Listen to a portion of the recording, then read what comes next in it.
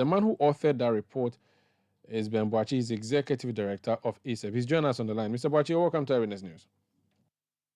Thank you, my brother. So the headline we have on our website is the one that talks about the IMF conditionalities, but that's supposed to have been the solution. And you're saying that this solution is not even preventing the leakages in the sector. First of all, what are the leakages that you found? I've mentioned one of the plants, the one that is supposed to be taken to Kumasi. You said that that is not happening and we are not even maintaining it properly? Yeah, so I think this report essentially tries to bring together, and I must correct that this is the work of the institution, not one individual. All right, okay. That looks at, what we really need to do if we are to avert the energy sector challenges. We have tried various options to be able to present a sector that really recovers its cost through the value chain. And those efforts have not yielded the needed results. So we are hoping that the new IMF program, through the policy prescriptions and also government commitment, will be able to reform the power sector. So we're just trying to highlight some of the problems that we still see that may, make it difficult for us to achieve the sustainability that we are looking for in the energy sector. And we realize that, one of the key things has been to push for tariff adjustment to be able to recover the cost of production, transmission, and distribution of electricity. But we look at the data on revenue that is coming in and how much is going to pay for the value chain. We don't see that sustainability actually manifesting in that. And we chance on data that showed how much the value chain was actually paid in March and April. And we saw that we paid about 11%, 11.2% of the revenue requirement for that period. You compare that to what we're doing around 2020, 2021, where ECG was doing about 50% of revenue requirement. It clearly shows you that if something is really going wrong, that we need to urgently track for us to be able to push forward rather than declining on meeting the revenue requirements of the sector. So what are the critical issues that are making it difficult for us to be able to achieve that sustainability? And we also track some of the decisions and actions that are being taken at this point, where, I'm sure it's not the first time for you to hear about, excess capacity, plans that are not needed in Ghana, and yet they're here. All right. Fortunately, we have some of the plans that were signed up to in our Doomsday days.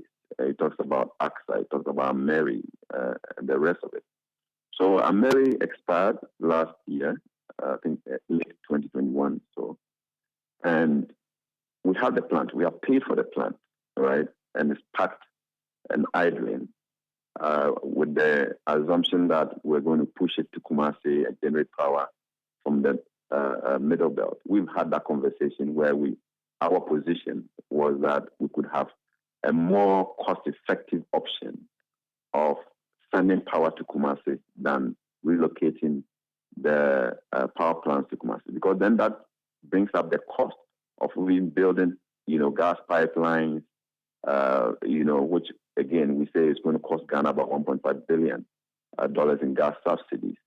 All of these are going to crystallize in cost. Even as we speak, that pipeline is ready, and AXA is pushing for, GNPC to build that into the electricity tariff, which PRC is still resistant. How they do that in the immediate term when the power plant is still sitting in Takoradi and essentially wasting away.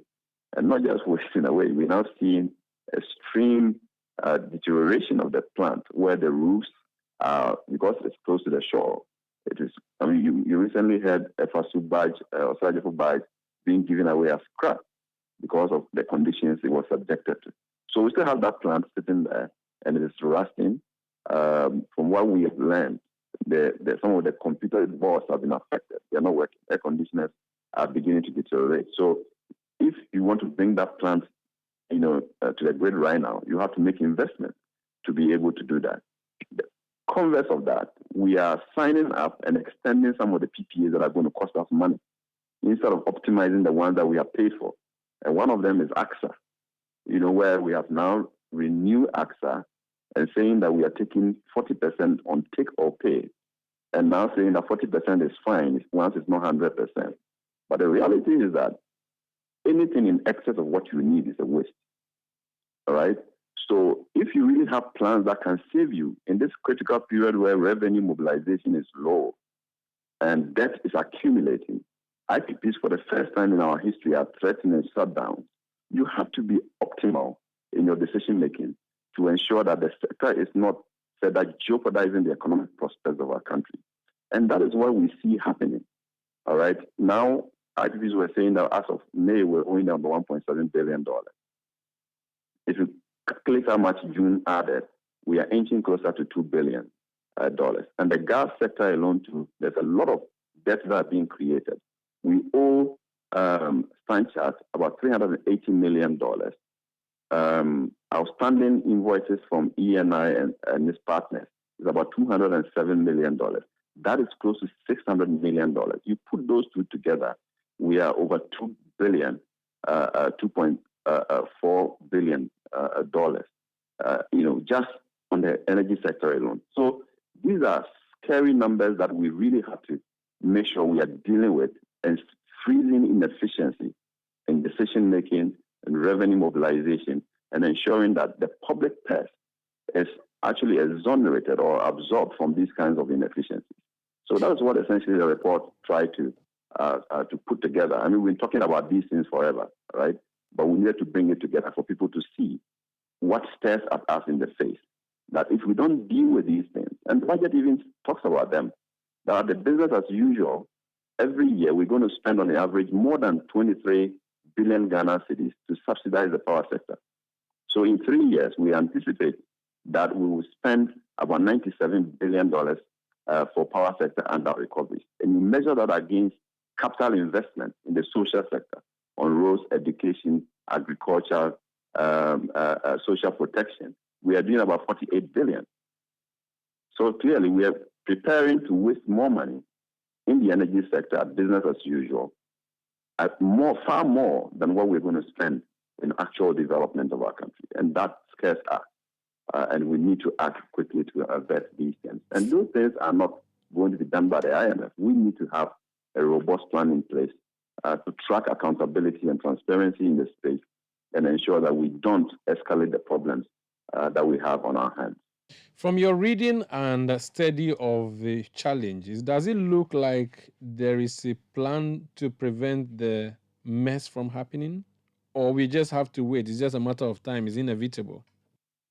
We have never been short of plans in this country. I mean, you track back what has happened in the energy sector in the past decade. We've always had plans. Talk about what took us to MCC Compact 2. I mean, Ghana government decided that amongst all sectors, it was the energy sector that was critical for focus, for us to invest the $500 million in to be able to ensure that power procured, power generated, can be sold and recovered. I mean, that position or that approach jolted. It didn't happen. PDS came for a few months, and we know what happened. So we couldn't deliver on that. We got, World Bank funding for ESRP, and the ESRP program that we needed to take action to prevent leakages in the distribution transmission systems to reduce the losses. That plan has been there. The losses are still occurring. Right now, we are not talking about ESRP phase 2. So plans have always not been our problem. It's the action and holding people accountable that has been disastrously managed. And that's why we keep talking about it, and the situation is actually worsening. If that is the situation, the picture looks bad, and the IMF cannot really be the savior, what's the way out of this? So, I mean, we prefer solutions as usual, as quickly as we can. We have to make sure that electricity will be distributed to anybody who wants it. And one of the major problems we have seen is that meters are not available, all right? And therefore, people are connecting, they are stealing the power. Some of the people who are stealing the power are the people who are actually supposed to protect ECG, the workers, the contractors who are doing the illegal connections for people, and it's deepening by the day. That has to be fixed immediately. We cannot, in 21st century, 2023, say that we don't have enough meters, we can't procure meters, we don't have money for meters, we can have money for any other thing. We need to get meters available as quickly as possible. How we get that?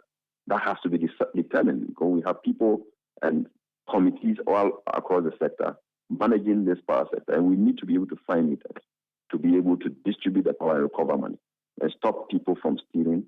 Even if we have to set up a court that quickly prosecutes and sanctions people for power theft, we have to do it and send a signal. It has to be leadership on these matters and prevent the inefficiencies.